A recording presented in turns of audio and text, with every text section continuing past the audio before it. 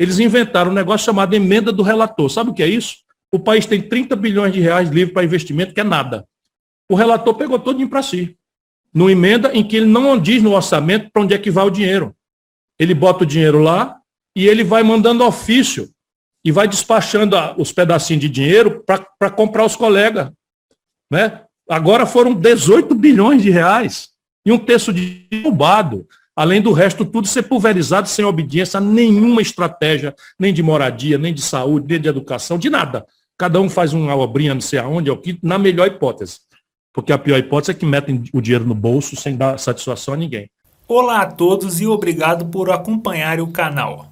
A fala que vocês acabaram de assistir do Ciro Gomes, de meses atrás, é uma das várias vezes que ele denunciou as chamadas emendas de relator, também conhecida por orçamento secreto. Bolsonaro manteve esse mesmo orçamento secreto para 2022, enquanto faz a retórica que tem que cortar 600 milhões de reais da ciência e fala que não tem dinheiro para dar absorventes para as mulheres pobres. Para vocês terem ideia da quantidade de dinheiro público para essas emendas, daria para dobrar o valor do Bolsa Família. Em 2021, no orçamento desse ano, as emendas de relator, elas somaram quase 19 bilhões de reais. É quase que o dobro das emendas individuais, que são propostas por 594 parlamentares. E quando a gente soma todos esses valores, Aline, de todas as emendas, que é o que a gente vai ver aqui na próxima tela, elas somam mais de 35 bilhões de reais. Se a gente fizer uma comparação rápida,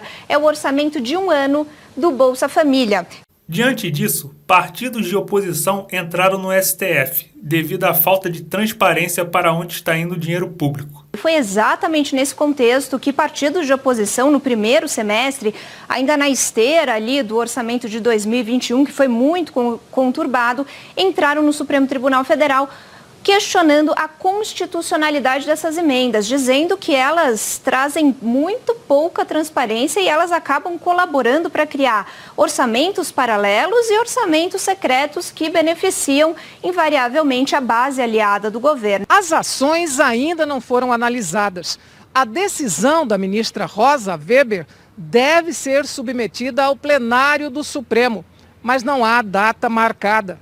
A lei que estabeleceu as diretrizes do orçamento de 2022 também prevê as emendas de relator. O valor será definido quando o orçamento for aprovado no fim do ano. A oposição espera que o STF decida o quanto antes para dar maior transparência à aplicação dos recursos públicos. Hoje, dia 18 de outubro, Ciro Gomes relembrou que tinha feito essa denúncia meses atrás. E as irregularidades desse esquema estão começando a aparecer. Como disse o próprio Controlador-Geral da União, Wagner Rosário, que o Ciro chama de Descontrolador-Geral da União. Lembram quantas vezes tenho repetido aqui que há muita corrupção escondida naquela vergonhosa emenda do relator? Uma jogada descarada feita para encobrir o leilão criminoso de verbas em troca de apoio a Bolsonaro?